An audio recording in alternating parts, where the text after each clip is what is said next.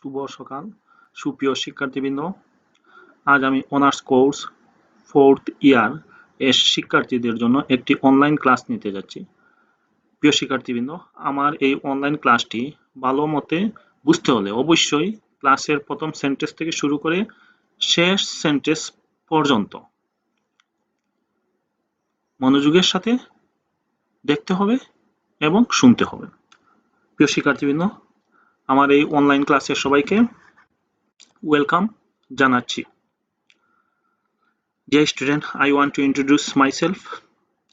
I am MD Shamsul Islam, lecturer, Department of Political Science, Gwanggatt Govt College, Sylhet. সুপ্রিয় শিক্ষার্থীবৃন্দ, আজ আমি যে পেপারের একটি টপিক নিয়ে আলোচনা করব সেই পেপারের নেম হচ্ছে মডার্ন পলিটিক্যাল থট, অর্থাৎ আধুনিক রাষ্ট্রচিন্তা।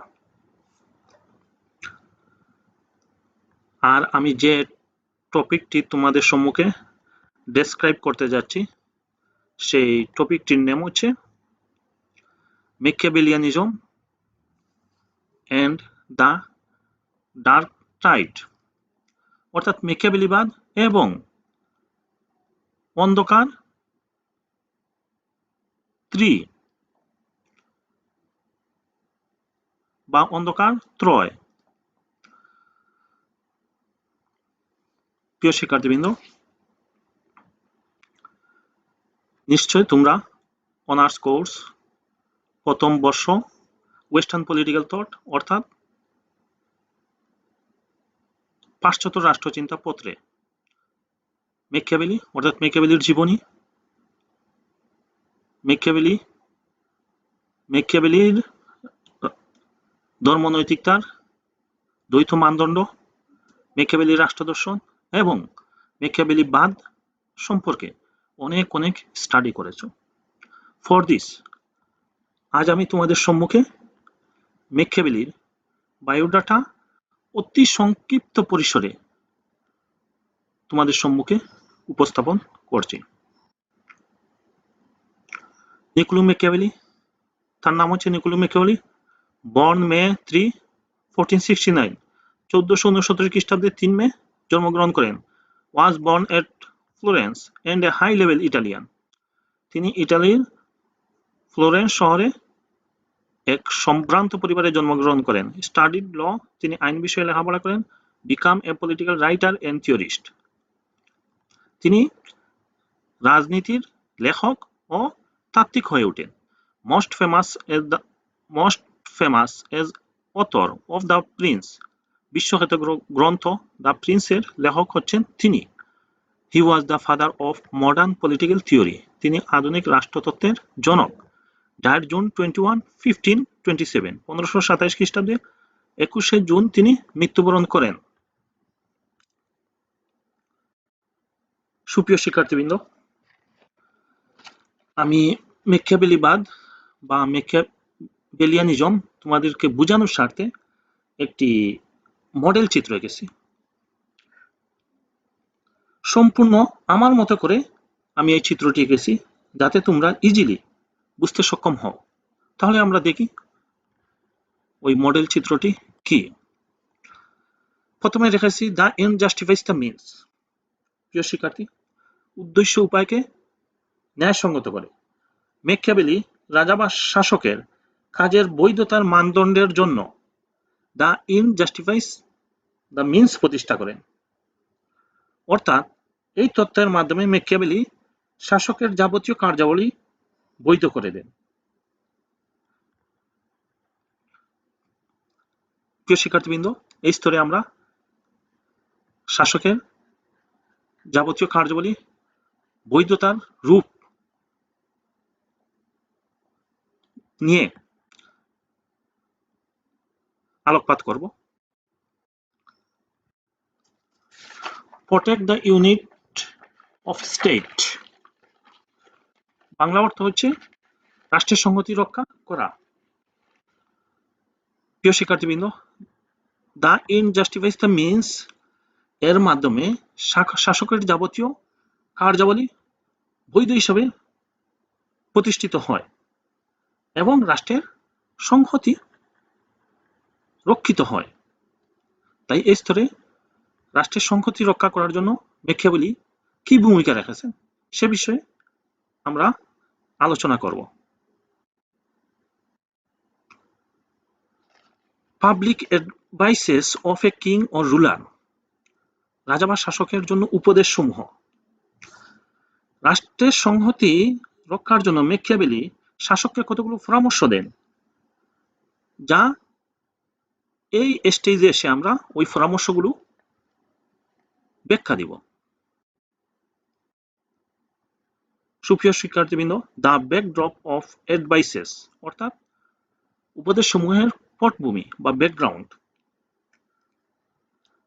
ম্যাকিয়াভেলি শাসককে যে উপদেশ দেন তার সুনির্দিষ্ট ব্যাকগ্রাউন্ড বা পটভূমি রয়েছে। কিসের ভিত্তিতে তিনি উপদেশগুলো দিয়েছিলেন এবং সেই ভিত্তি বা ফাউন্ডেশন বা ব্যাকগ্রাউন্ড আমরা এই স্তরে আলোচনা করব। এছাড়া অ্যাডভাইসেস বা উপদেশগুলোকে আমি দুটি ভাগে বিভক্ত করেছি। One is first part and other is second part. প্রিয় শিক্ষার্থীবৃন্দ, আমি আবারও বলছি, ম্যাকিয়াভেলির উপদেশ সমূহকে আমি তোমাদেরকে বোঝানোর স্বার্থে দুটি ভাগে বিভক্ত করেছি। কখনো ম্যাকিয়াভেলি এগুলোকে দুটি অংশে বিভক্ত করেননি। সুপ্রিয় শিক্ষার্থীবৃন্দ, দ্য এন্ড জাস্টিফাইজ দ্য মিনস এর মাধ্যমে রাষ্ট্রের যাবতীয় কার্যাবলী বৈধ হয়, আর বৈধতার মাধ্যমে রাষ্ট্রের সংহতি রক্ষিত হয়। আর এই সংহতি রক্ষার জন্য ম্যাকিয়াভেলি শাসক বা রাজাকে কতগুলো উপদেশ দেন, আর এই উপদেশগুলোই হচ্ছে ম্যাকিয়াভেলিয়ানিজম। ম্যাকিয়াভেলিবাদ তৈরিতে প্রতিটি স্তর খুবই গুরুত্বপূর্ণ। এগুলো ধাপে ধাপে এসে ম্যাকিয়াভেলিবাদ তৈরি করছে। সুতরাং এই স্তরগুলোর গুরুত্ব সর্বাধিক। চলো আমরা এই স্তরগুলো ব্যাখ্যা করি। Machiavellianism in his own words, তার নিজের ভাষায়। কার ভাষায়? ম্যাকিয়াভেলির ভাষায়। ম্যাকিয়াভেলির একটি বিখ্যাত উক্তি আছে, দ্য এন্ড জাস্টিফাইজ দ্য মিনস। এর বাংলা অর্থ হচ্ছে উদ্দেশ্য উপায়কে ন্যায়সঙ্গত করে। অর্থাৎ শাসক বা রাজা সমুদয় উদ্দেশ্য হবে ন্যায়সঙ্গত বা বৈধ। প্রিয় শিক্ষার্থীরা, এই সেন্টেন্সটি খুবই ছোট্ট একটি সেন্টেন্স, বাট এর ইম্পর্টেন্স এন্ড সিগনিফিকেন্স খুবই বেশি, অর্থাৎ অত্যন্ত গভীর। ইনডেড, এই সেন্টেন্স দ্বারা ম্যাকিয়াভেলিয়ানিজম বা ম্যাকিয়াভেলিবাদ কে প্রতিষ্ঠা করা হয়েছে। দ্য এন্ড জাস্টিফাইজ দ্য মিনস, উদ্দেশ্য উপায়কে ন্যায়সঙ্গত করে। কিভাবে উদ্দেশ্য উপায়কে ন্যায়সঙ্গত করে আমি তোমাদেরকে বোঝানোর চেষ্টা করি।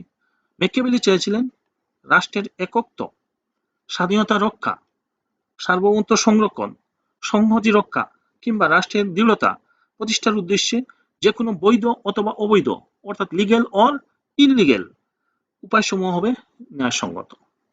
নিশ্চয়ই তোমরা রিয়েলাইজ করতে সক্ষম হয়েছ রাষ্ট্রের প্রয়োজনে শাসককে যে কোনো প্রকার পন্থা অবলম্বন করতে পারে। যে কোনো প্রকার বলতে বোঝানো হয়েছে বৈধ অবৈধ, ন্যায় অন্যায়, অর্থাৎ যে কোনো অ্যাপ্রোপ্রিয়েট করতে পারে রাজা বা শাসক।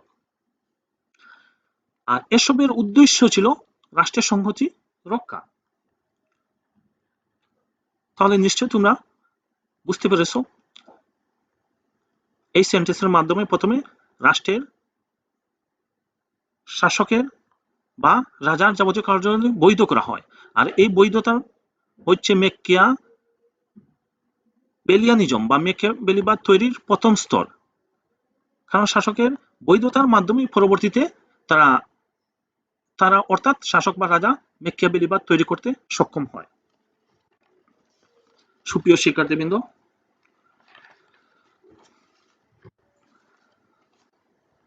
Protect the unit of state, রাষ্ট্রের সংহতি রক্ষা করা। আমরা দেখি ম্যাকিয়াভেলি রাষ্ট্রের সংহতির জন্য প্রথমে শাসকের যাবতীয় কার্যাবলী বৈধতার জন্য দ্য এন্ড জাস্টিফাইস দ্য মিনস সৃষ্টি করেছেন। এখন রাষ্ট্রের সংগতি রক্ষা করার জন্য তিনি কি করেছেন?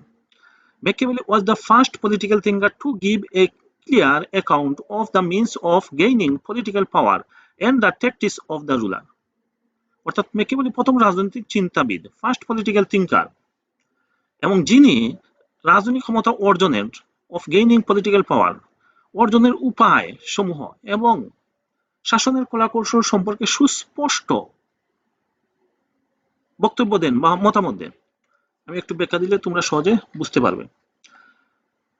মেকিয়াভেলি কিভাবে একজন রাজা বা শাসককে শাসন ক্ষমতায় অধিষ্ঠিত হতে হয় এবং কোন পন্থায় শাসন কার্য পরিচালনা করতে হয় সে সম্পর্কে একদম ক্লিয়ার মতামত তুলে ধরেন।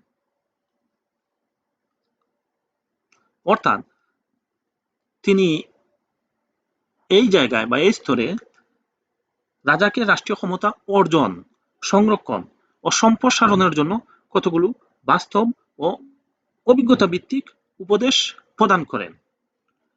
অর্থাৎ মেকিয়াভেলি রাজা বা শাসককে কিভাবে পাওয়ারকে মানে ক্ষমতাকে একুইজিশন অর্থাৎ অর্জন করতে হয় এবং পাওয়ারকে কিভাবে প্রিজার্ভিং করতে হয়, সংরক্ষণ বা রক্ষা করতে হয়, এবং কিভাবে এক্সপেনশন করতে হয় অর্থাৎ সম্প্রসারণ করতে হয়, এবং সে সম্পর্কে অত্যন্ত এক্সপিরিয়েন্স বেস অর্থাৎ অভিজ্ঞতা ভিত্তিক তিনি পরামর্শ দেন। তাহলে এই পরামর্শটা কি আমরা দেখি, এবং তিনি রাজাকে অনেকগুলো পরামর্শ দিয়েছেন কিভাবে শাসন ক্ষমতায় অধিষ্ঠিত হতে হবে এবং কিভাবে শাসন কার্য পরিচালনা করতে হবে, কিভাবে ক্ষমতার সংরক্ষণ, ক্ষমতার সম্প্রসারণ এবং ক্ষমতা অর্জন প্রভৃতি বিষয়ে পরামর্শ দিয়েছেন। তাহলে এই পরামর্শ বা অ্যাডভাইসেস গুলো কি আমরা দেখি। প্রিয় শিক্ষার্থীবৃন্দ, এখানে একটা কথা মনোযোগের সাথে শুনতে হবে। আমরা এই মুহূর্তে অ্যাডভাইসেস নিয়ে আলোচনা করতে যাচ্ছি না। আমরা প্রথমে অ্যাডভাইসেস বা উপদেশ সমূহের ব্যাকগ্রাউন্ডটা দেখছি। ব্যাকগ্রাউন্ড দেখলে আমরা সহজে অ্যাডভাইসেস বা উপদেশ সমূহ আয়ত্ত করতে পারবো। তাহলে আমরা পরের স্তরে অ্যাডভাইসেস বা উপদেশগুলো নিয়ে আলোচনা করি। আর এখন আমরা দ্য ব্যাকগ্রাউন্ড অফ অ্যাডভাইসেস বা অ্যাডভাইসেসের পটভূমি, কি কারণে অ্যাডভাইসেস গুলো দিচ্ছেন এবং সেগুলো আলোচনা করলে অ্যাডভাইসেস বা উপদেশ সমূহ বোঝা আমাদের জন্য খুবই ইজি বা সহজ হবে। তাহলে আমরা শুরু করি এবং অ্যাডভাইসেসের বা উপদেশ সমূহের পটভূমি। Machiavelli has separated religion and morality from politics. অর্থাৎ মেকিয়াভেলি ধর্ম ও নৈতিকতা থেকে রাজনীতিকে পৃথক করেছেন। তোমরা নিশ্চয় জানো মেকিয়াভেলি মধ্যযুগের সমাপ্তি ঘটিয়ে আধুনিক যুগের সূত্রপাত করেন।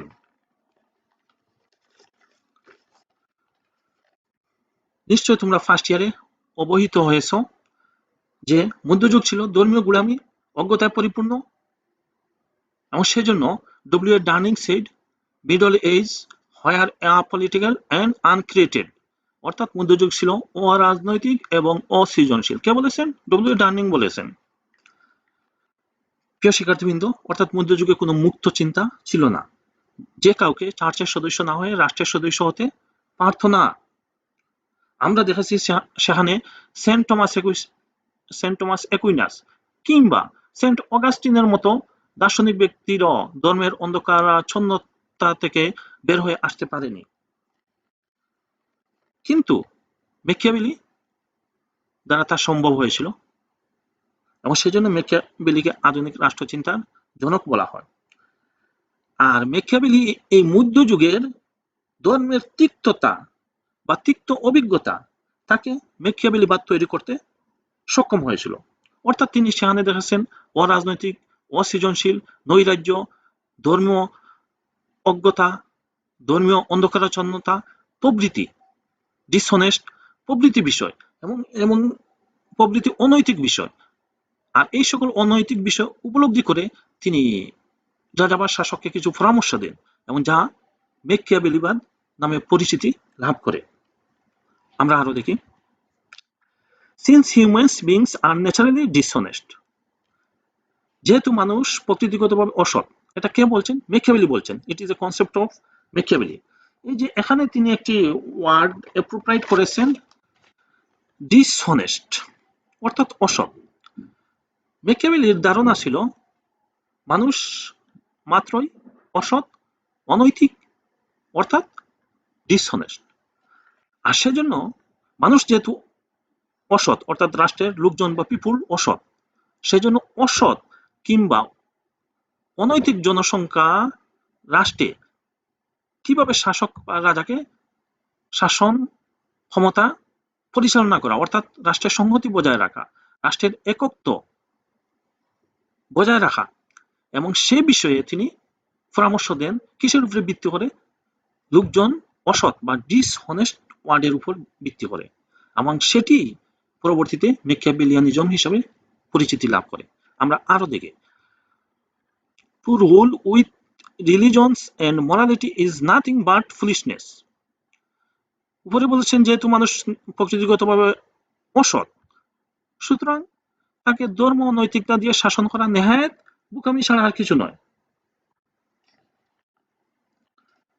তিনি বলতেছেন যেহেতু মানুষ অসৎ এবং তাকে ধর্মীয় কিংবা নৈতিকতা রীতিনীতি দিয়ে আবদ্ধ করা এক ধরনের বোকামি কাজ। প্রিয় শিক্ষার্থীবৃন্দ, আমি একটু ব্যাখ্যা দিই। মেকিয়াভেলির ধারণা যেহেতু রাষ্ট্রের জনগণ ডিসঅনেস্ট বা অসৎ অর্থাৎ অনৈতিক, তথাপি এই অসৎ জনসংখ্যার রাষ্ট্রে কিভাবে সংহতি রক্ষা করতে হবে এবং সে সম্পর্কে রাজা বা শাসককে কতগুলো নির্দেশনা দিয়েছেন। তাহলে আমরা দেখি তিনি প্রথমে ওই অরাজকতা, ধর্মীয় অজ্ঞতার উপরে একটি ভিত্তি গড়েছেন। সেকেন্ড পর্যায়ে এসে অসৎ অর্থাৎ ধর্মীয় অরাজকতা বা অন্ধকারাচ্ছন্নতা, ডিসঅনেস্ট বা রিলেটেড, এবং এগুলোর উপর ভিত্তি করে তিনি রাজা বা শাসককে উপদেশ দেন। আর এগুলোই হচ্ছে তার ওই মেকিয়াভেলিয়ানিজম কিংবা মেকিয়াভেলিবাদ তৈরি ব্যাকগ্রাউন্ড বা পটভূমি। তাহলে আমরা পটভূমি দেখলাম, কিসের উপরে ভিত্তি করে তিনি পরামর্শ দিয়েছেন। আমরা এখন অ্যাডভাইসেস গুলো বা উপদেশগুলো দেখি। Public advises of a king or ruler, অর্থাৎ রাজা বা শাসকের জন্য উপদেশ সমূহ। কি উপদেশ দিচ্ছেন আমরা একটু দেখি। ফার্স্ট পার্ট, আমি আগে বলছি এগুলো আমি বাক করেছি, মেকিয়াভেলি কখনো বাক করেনি। তাহলে আমরা প্রথমে ফার্স্ট পার্টটি দেখি। ইনফ্যাক্ট, বাংলা হচ্ছে প্রকৃতপক্ষে, as Machiavelli tells his ruler to give principle of love, kindness, southings, everything has to be abandoned. abandon শব্দের অর্থ হচ্ছে পরিত্যাগ করা বা বাদ দেয়া। অর্থাৎ প্রকৃতপক্ষে মেকিয়াভেলি তার শাসককে যেমন সব ধরনের ভালোবাসা, প্রেম প্রীতি, দয়া দাক্ষিণ্য জঞ্জালি দিতে বা বাদ দিতে বা পরিত্যাগ করতে বলেছেন। আমি একটু ব্যাখ্যা দিই। মেকিয়াভেলি তার শাসককে ইতিবাচক গুণ বর্জনের নির্দেশ দিয়েছেন, যেমন এখানে আমরা লাভ, কাইন্ডনেস, সাউথিং, এগুলো সব ইতিবাচক বা উত্তম গুণাবলী।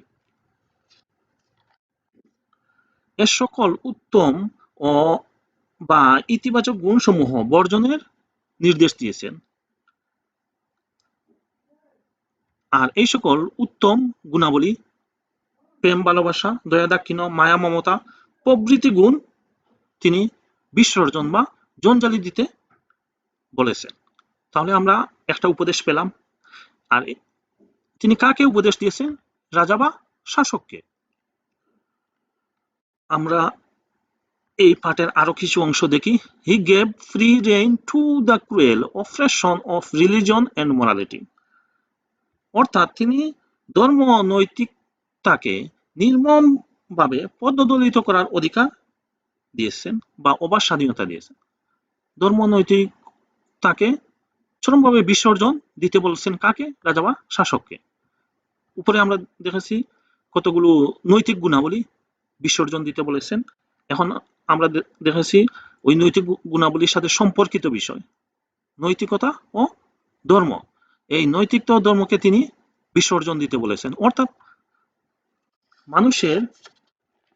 মানুষ হিসাবে যে সকল গুণাবলী, সেই সকল গুণাবলী তিনি বর্জন বা পরিত্যাগের নির্দেশ দিয়েছেন কাকে? শাসককে। এবং তিনি শাসক বা রাজার জন্য ধর্ম নৈতিকতা বলতে কিছু নেই তিনি মনে করেন, কারণ শাসক রাষ্ট্রের প্রয়োজনে যা কিছু করবে সবই তার ধর্ম ও নৈতিকতার মধ্যে পড়বে, এবং সেই জন্য তিনি মনে করেন শাসক বা রাজাকে আলাদা করে ধর্ম ও নৈতিকতা পালন করার দরকার নেই। অর্থাৎ তিনি শাসককে ধর্ম ও নৈতিকতার মানদণ্ডে পরিণত করেছেন, অর্থাৎ শাসক বা রাজা রাষ্ট্রের প্রয়োজনে যা পালন করবে তাই হবে ধর্ম নৈতিকতা। তাহলে আমরা প্রথম পাঠে দেখলাম তিনি কি পরামর্শ দিয়েছেন, সব ধরনের নৈতিক গুণাবলী এবং ধর্মীয় গুণাবলী বিসর্জন দিতে তিনি বলেছেন। এখন আমরা সেকেন্ড পার্টে দেখি তিনি কি পরামর্শ দিয়েছেন। সেকেন্ড পার্ট, দ্বিতীয় অংশ। ইন দ্য সেম ওয়ে এর অর্থ হচ্ছে ঠিক তেমনি। He taught the principle of instilling fear in the hearts of the people through deception, hypocrisy and cruelty. অর্থাৎ বাংলা অর্থ হচ্ছে ঠিক তেমনি। ঠিক তেমনি বলতে কি বোঝানো হয়েছে, আগে যেমন তিনি কতগুলো ধর্মীয় নৈতিকতা কিংবা নৈতিক এবং উত্তম ইতিবাচক গুণসমূহ বর্জনের এবং পরিত্যাগের নির্দেশ দিয়েছেন, এখন ঠিক তেমনি তিনি কি করেছেন দেখো, শাসককে তিনি প্রতারণা, কপটতা এবং নিষ্ঠুরতার মাধ্যমে মানুষের অন্তরে ভীতি উদ্বেগ করার শিক্ষা দিয়েছেন। অর্থাৎ এ পর্যায়ে এসে তিনি, প্রিয় শিক্ষার্থীবৃন্দ, ডিসিপশন শব্দের অর্থ হয়েছে প্রতারণা, হাইপোক্রেসি শব্দের অর্থ হয়েছে কপটতা এবং ক্রুয়েলটি শব্দের অর্থ হয়েছে নিষ্ঠুরতা।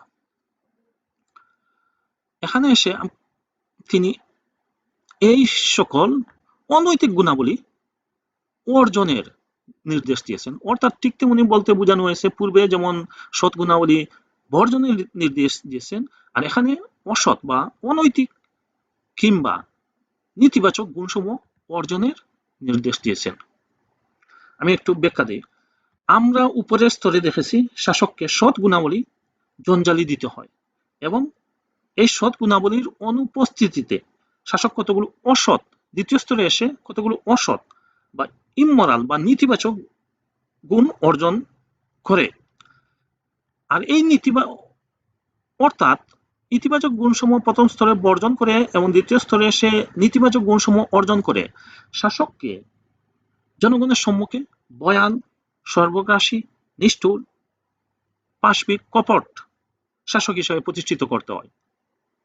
অর্থাৎ জনগণের অন্তরে ভয়, ভীতি বা সন্তরণের মূল কারণ যেন হয় শাসক।